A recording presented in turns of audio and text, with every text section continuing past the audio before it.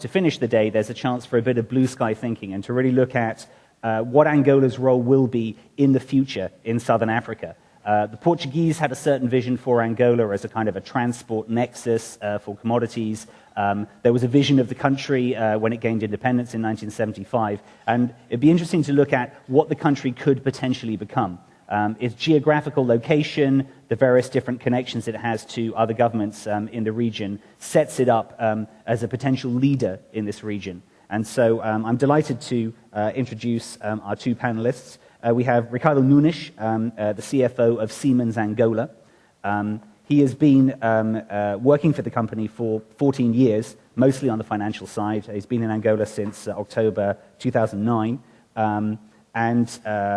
And also Dr. Nomfundo Zinia Ngwenya, who is the head of the program for South African Foreign Policy and African Drivers at the South Africa Institute of International Affairs.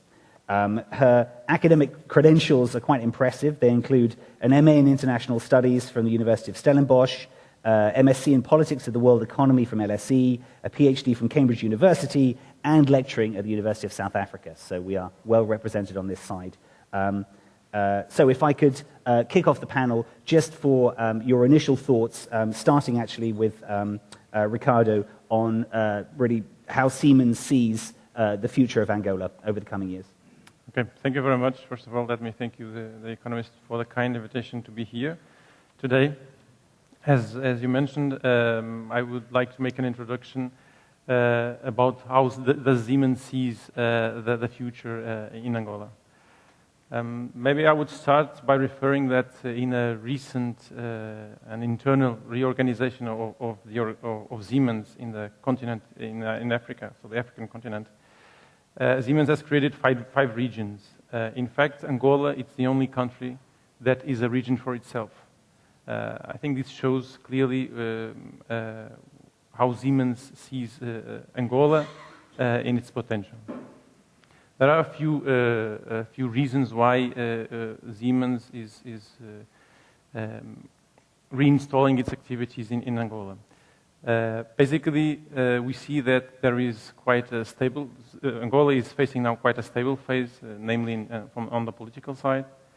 But also there are some positive signs. We heard today here this famous probation law that was approved earlier this year. In fact, this is a process. This law it has to be seen as a process. We cannot think that such a complex issue can be implemented from one day to the other. It will take some time. It will take most probably some generations until it's in a level that we would like it to be. Other things that we believe are really important, and that has to do more with our area of activity, is the fact that we now see Angola somehow changing the type of investments they have been doing in the past. Angola is now, and we have that message a lot of times with our customers, government officials, that Angola is looking for more quality in the products that they have.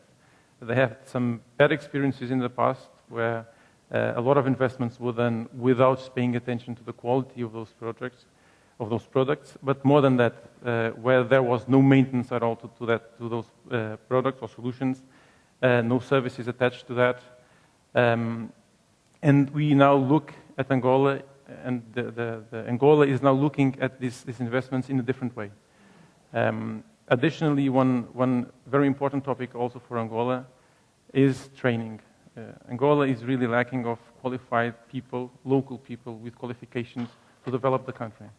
And that's where Siemens believes as its strength, not only in the quality of the products, but that I think that everyone is aware, but also what we want to do in terms of creating the proper structure for maintenance activities, for service activities, but mainly for training, and to basically to help to develop the country and to bring some value added to that country. This is basically what I would just want to give as an introduction. When I pass it to you. Thank you, Ricardo. So, Dr. Ngwenya.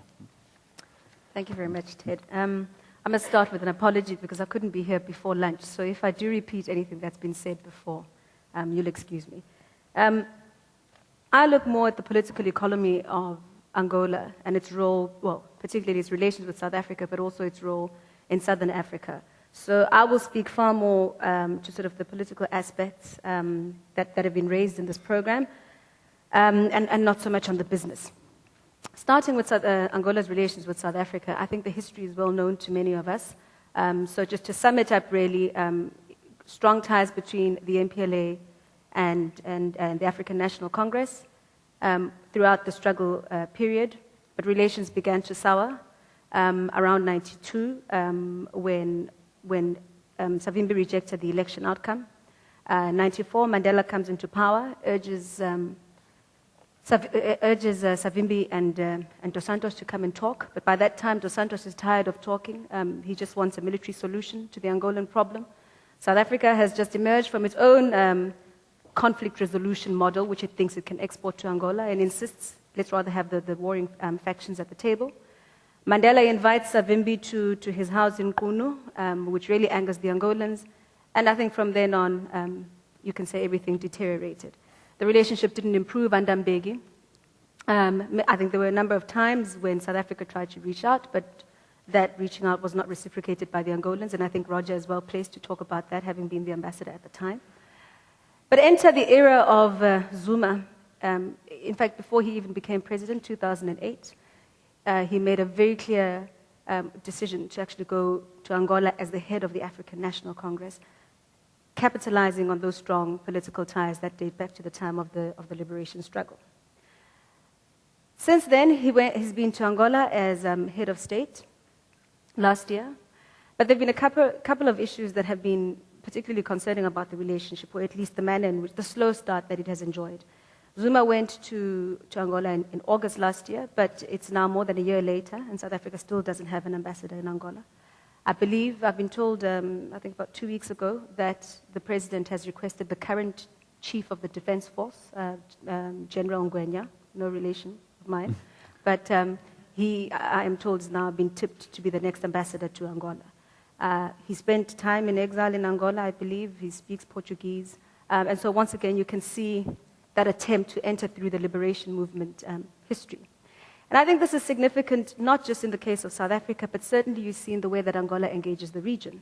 In Namibia, for example, a deal has recently been announced, I think, between NAMCO and Sonangol. And once again, you can see the same liberation movement characters come into play within Namibia. You can see it in Tanzania and Zambia.